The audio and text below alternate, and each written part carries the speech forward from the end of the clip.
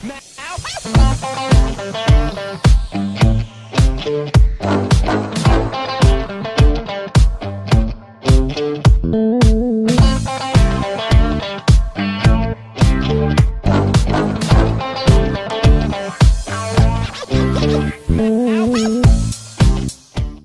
evening, everybody. Thank you for joining us on Between the Covers. My name is Bradley Shaw, and tonight I'm talking to the lovely Shelly Cass, author of the Raiden, which is coming out, and it's part of the Fairy's Tale trilogy, which Shelly is the author of as well. Hello, Shelly. Thank you so much for joining us tonight. Thanks for having me. And yeah, how have you been since we last spoke? Pretty well. As you know, got married, managed to... I was going to say, is there any big news? Yeah, you got married. Yay! So I won't get into that because, you know, naturally that's a big event. But let's talk about the next big event, which is the Raiden coming out, the sequel to your first book of the Fairy's Tale trilogy. The last one, already. That's it. So what is it that the readers will expect for the Raiden, for the sequel, for the carry-on, the saga?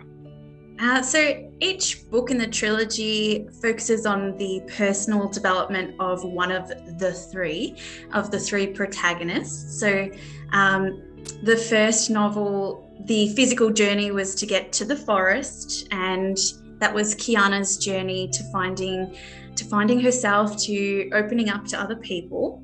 And the Raiden is about Dalin. So Dalin is one of the princes, and he's going to discover his role in the quest, and he's going to need to experience some growth to be able to accept different people, as this in the prophecy is meant to be the leader of all mortal races.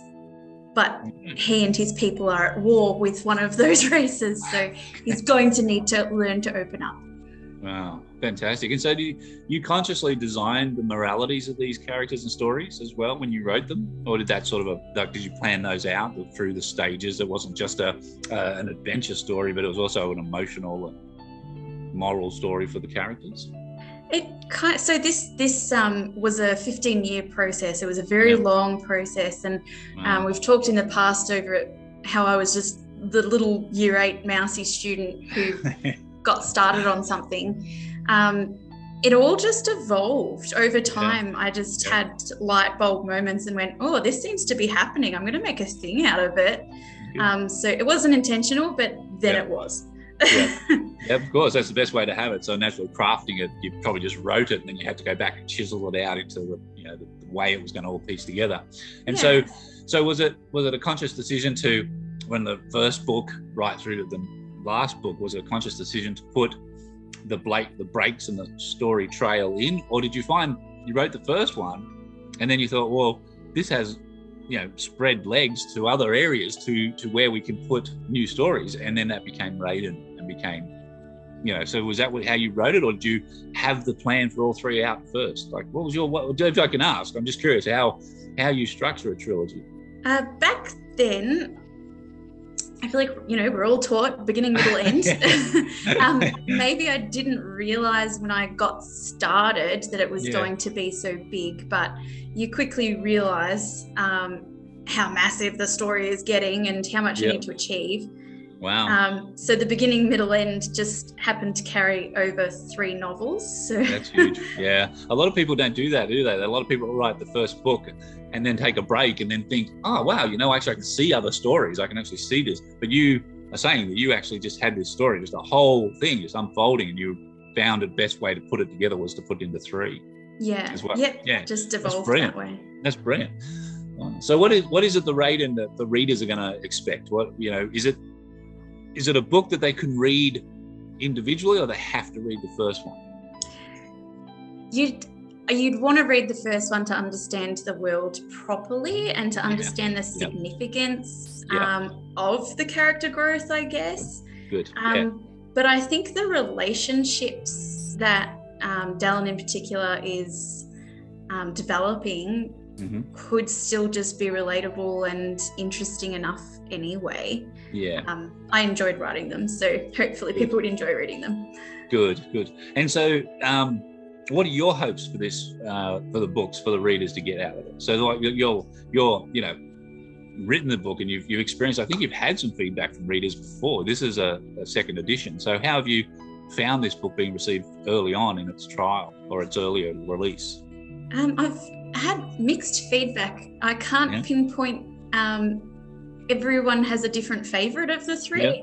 Yeah. So I, for some reason, really like this second one because it is all about the people rather than needing to, like, they are still needing to get somewhere. Of course, they're on a quest, but it's the stuff that's happening between the people that I really like. Yeah. I mean, the whole it's the whole frenemy thing that I enjoy. Yeah. Did you find much rewriting was needed for the second one? Like through the time as you got older and you became, like you said, from a year 8 girl into becoming older, and we talked about this in the first book, but as you got into the second and third, did you find that your writing improved? You also became more mature in those relationships, and maybe the second one is better because it has more of your own maturity in that expressive narration? Or do you feel that be relevant? I feel like the first one was such a slog. Yeah, the first one was so colossal. Well, you're also doing the crafting of the story. Like you had to, first one is designing it. So second one would of course be much, I think, better, improved. But did you find yourself, as feedback came, as you went through edits, did you find yourself crafting it differently for the second one and the third one? Or did you stay true to what you think you originally wrote? I think it always stayed true because I did kind of treat it as a beginning, middle, end rather than book 1, 2, and 3. But the first book was really colossal and just, as you said, world building. So there's a lot more that needs to go into it. Yeah. And then the second book I could kind of just flow. And the first book I had to chop it down. It was double its current size. I had to be cutthroat with that thing, but then it became more natural and I didn't need to bulk up the second one for the sake of it. Yeah. And that's good. That's the craft of your writing improvement too. You can, it's distinctive in your development as an author as well. Your confidence came too. So you can see that. Well done. So what did you, you said you cut a lot out of the first book, but what did you take out of this book? What did you feel you removed that, what was your heartbreak moment where you went, no, but you could see the practicality of having to remove something or having to, sacrifice a chapter or a paragraph? What happened? Did you have one of those? Really selfish and not done that. I know that is necessary. You've left it there sometimes. But I actually, because it was so spanned across the three, was, even though everything evolves pretty naturally with me, everything that goes in is there intentionally. So if something's feeling useless, I'm not going to write it. Yeah. So you sort of sense it straight away that it's redundant, it's not relative, it's not moving the story. It just doesn't feel good. So I just stop progressing with that and move on. Good. Yeah. Okay. So what do you, I guess, what would you say? Like, you've written the trilogy, which is, we'll know the third one soon, but what else is coming from Shelly Cass? What's happening in the future for you? Writing-wise, what are you planning to do? I'm having fun with different genres, and I'm trying to rein that into just one genre now. So the fairy's tale is obviously part of fantasy world. Yes. I've played with dystopian future, but the thing that I'm focusing on at the moment is more gritty, real world gang life. Yeah. Looking at a very diverse lifestyle. Wow, that's fantastic. Wow, is that researched, or are you like doing fundamental research for that one? That's no, scary. No, this is not driving around the ghettos at night, are you? Yeah. Can't you see that for me? Yeah, that's what I'm thinking. No, this is, if you have read S.E. Hinton's The Outsiders, but if girls had been kick-ass and girls had been part of the gang, and if people had been open with sexualities and people had been more free. So wow, it's a gang with all the juicy bits. The pink ladies with daggers. So with the Raiden, going back to the work, of course, what did you feel?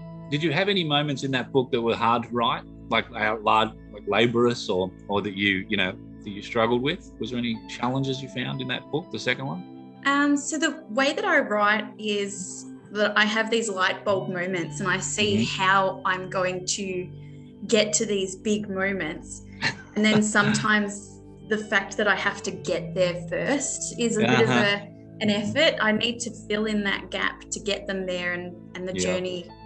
So you're sort of writing backwards.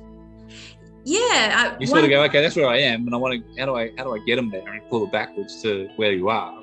It's as if you can take 2 steps forward, and only when you take those 2 steps will the next 2 steps light up. Okay. So they've lit up, and I need to get to there, but still not just make it feel like I'm getting there for the sake of it. Things in between are worthwhile. Goodness me, that's quite an interesting style, especially from such a big story. Like, it is a big story. It's a big book, like a lot of events, a lot of characterization in it, a lot of effect in it, which is amazing.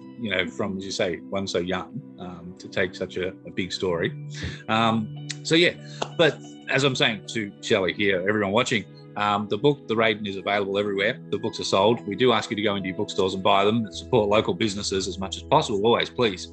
You can buy it online as well through our website or any other website you might buy books through. But please support indie authors and indie books.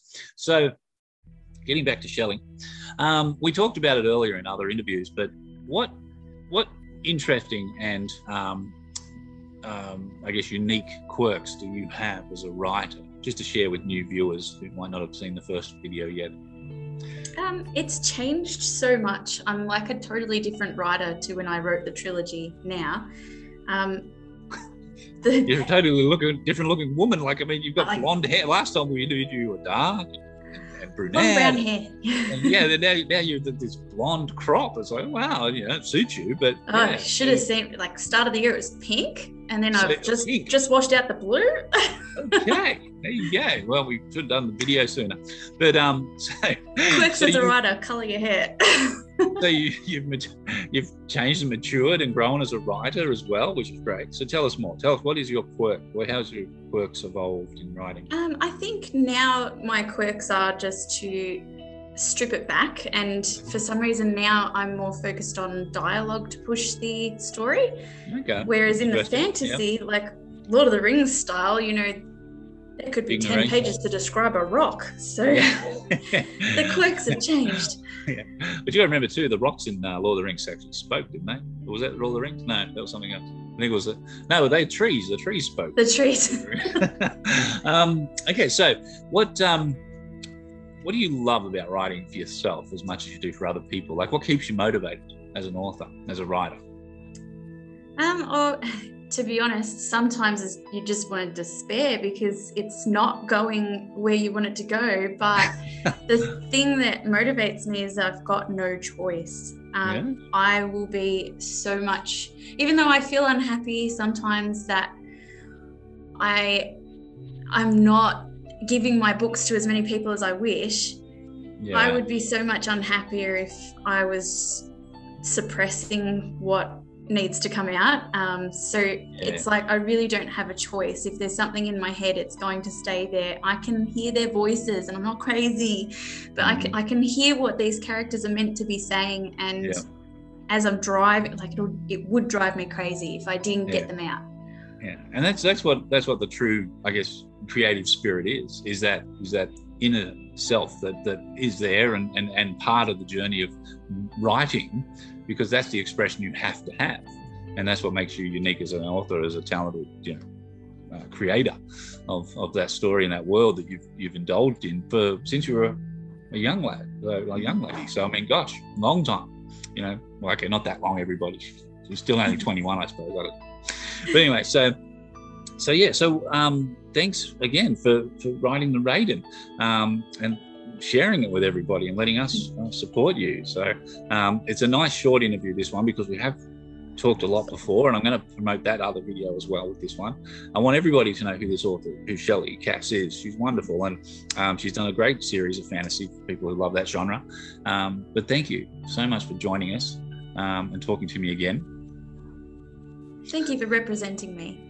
You're most welcome. So everybody, please buy the Raiden, enjoy it. Give feedback to Shelly. She's always open to it as well. But also, just help her feed her my soul. Feed her soul. But thank you for watching, everybody, and grab a copy of the Raiden. It's a great book.